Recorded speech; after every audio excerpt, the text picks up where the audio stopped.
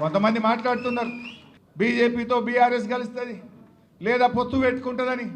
కేసీఆర్ గారు మొన్ననే కుండబద్దలు కొట్టినట్టు చెప్పిండు. అయినా అసలు బీజేపీకి తెలంగాణ మీద హక్కు ఉన్నదా?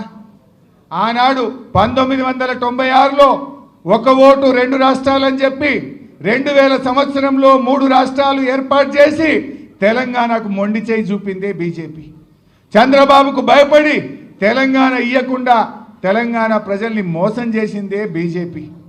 అసలు కేంద్రంలో 8 ఎంపీలు గెలిపిస్తే గుండు సున్నా పెట్టి బడ్జెట్లో తెలంగాణకు మొండి చేయి చూపిందే బీజేపీ. ఇవాళ పోలవరం జాతీయ ప్రాజెక్టు ఇవ్వడం కాక బనకచెర్ల గోదావరి లింకుకు మళ్ళా తెలంగాణ నోరుగొట్టికి తెలంగాణలో గోదావరి నీళ్లకు అన్యాయం చేసే అక్రమ ప్రాజెక్టుకు వత్తాసు బలికి నిధులిస్తున్నదే బీజేపీ. ఇంకా బీజేపీ ఏ ముఖం పెట్టుకున్నట్టు ఏం చేసింది బీజేపీ? ఓ జాతీయ ప్రాజెక్ట్ ఇచ్చిందా? ఒక మెడికల్ కాలేజ్ ఇచ్చిందా? ఏం చేసింది బీజేపీ?